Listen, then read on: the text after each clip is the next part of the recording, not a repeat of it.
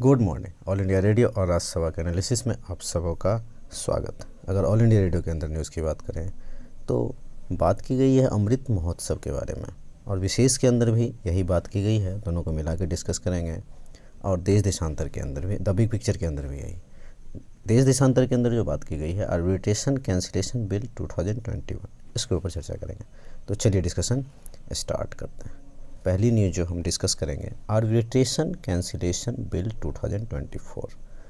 असल में ये 1899 का एक कानून था जो कलकत्ता, मद्रास और बॉम्बे प्रेसिडेंसी टाउन में लागू हुआ करता था। लेकिन इसके बाद चलते हैं 1940 में ये कानून आया था, 1940 में। इसके बाद 1996 में आया। 1996 में इसलिए आया क्योंकि लिबरलाइजेशन हुआ था। जाहिर सी बात है, कंपनीज आएगी, फ्री आएंगी हमारे यहाँ, तो उनको आर्बिट्रेशन में कोई दिक्कत नहीं हो। अब क्या हुआ है, अब एक नया बिल आया है, इसको अमेंडमेंट किया गया है। पहले 2015 में भी आया था ऑर्डिनेंस वगैरह लेके, लेकिन अभी नया बिल हुआ है, लोकसभा में पास हो गया और राज्यसभा में वो पास होने वाला है। तो ये आखिर में आर्बिट्रेशन होता क्या है? देखो, आर्बिट्रेशन का मतलब होता है कि दो कंपनी या इंडिविजुअल या जो भी है उनके बीच कोई डिस्प्यूट होता है, कोई लड़ाई झगड़ा होता है, तो इसका मध्यस्थता किया जा सके। डिस्प्यूट मैकेनिज्म का एक पार्ट आप कह सकते हो। यही है आर्बिट्रेशन। अगर कोई एफडीआई आ रहा है और यहाँ पर आकर के लड़ाई में ही, फाइटिंग में ही फंस जाए तो फिर दिक्कत है, तो खामियाजा तो भारत को ही भुगतना पड़ेगा। अगर आर्बिट्रेशन का भारत हब बनाना चाहता है तो इसको लाना ज़रूरी था। असल में अल्टरनेट डिस्प्यूट मैकेनिज्म है ये एक।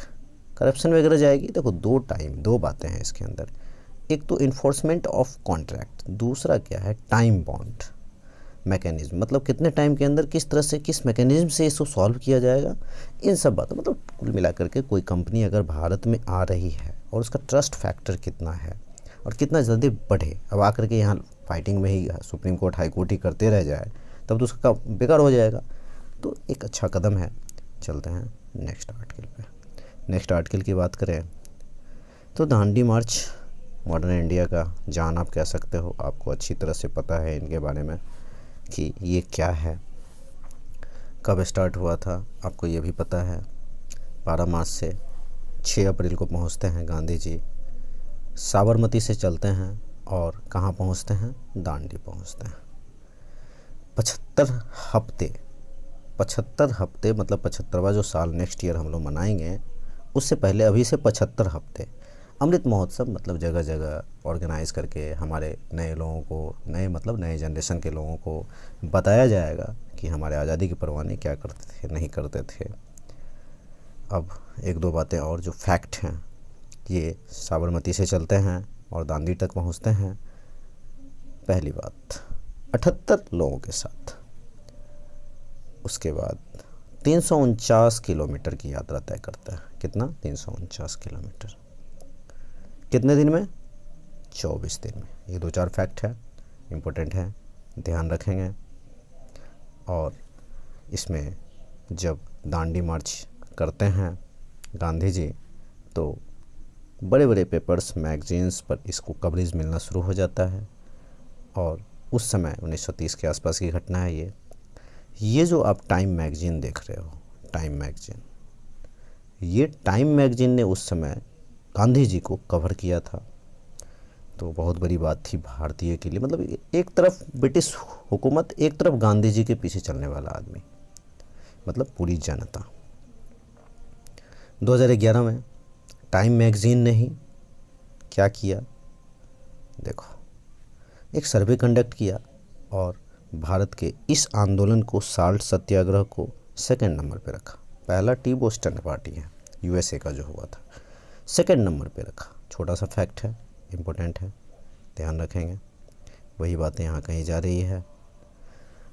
आपको अगर एक दो बातें दांडी मार्च के बारे में बताऊँ तो दांडी मार्च की एक छोटी सी कहानी है। ब्रिटिश को लगा ये क्या, मतलब हालांकि कुछ भारतीय लोगों ने भी कहा ये क्या गांधी जी कर रहे हैं, नमक का आंदोलन, मतलब साल्ट को लेकर के।